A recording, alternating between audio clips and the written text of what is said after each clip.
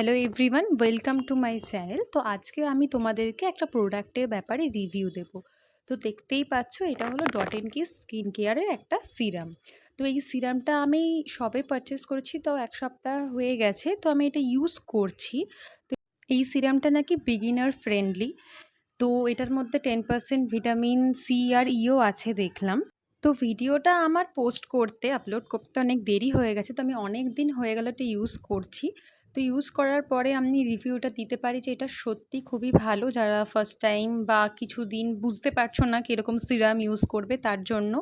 তো এটা আমি প্রত্যেক দিন রাত্রিবেলায় শোয়ার আগে অ্যাপ্লাই করি, ভালো করে ফেসটা ওয়াশ করার পরে।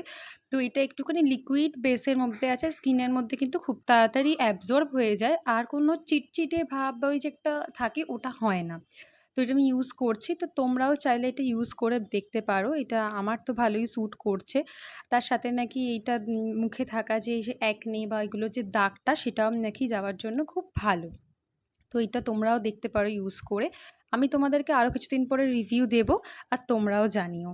আর তার সাথে আমি একটা রেনের মিডনাইট কোল কাজল পারচেস করেছিলাম, এটা ছোট ভার্সানটা। তো এটারও আমি দেখেই কীরকম হয়। আর সবথেকে বড় ইম্পর্টেন্ট কথা, শুধু কিন্তু স্কিন কেয়ারের জন্য ক্রিম মাখলেই হয় না, তার জন্য কিন্তু ভালো খাবার দাবার খাওয়া উচিত। তো এখানে আমি চিয়া সিডস আর আমন্ডস আর খেজুর, এছাড়া আমি এরকমই কয়েকটা সিডস বা এগুলো কিছু খেতে থাকি, সাথে স্যাফরানের জল মানে কেসার ওয়াটারও খাচ্ছি। তো সেটাও তোমরা খেয়ে দেখতে পারো।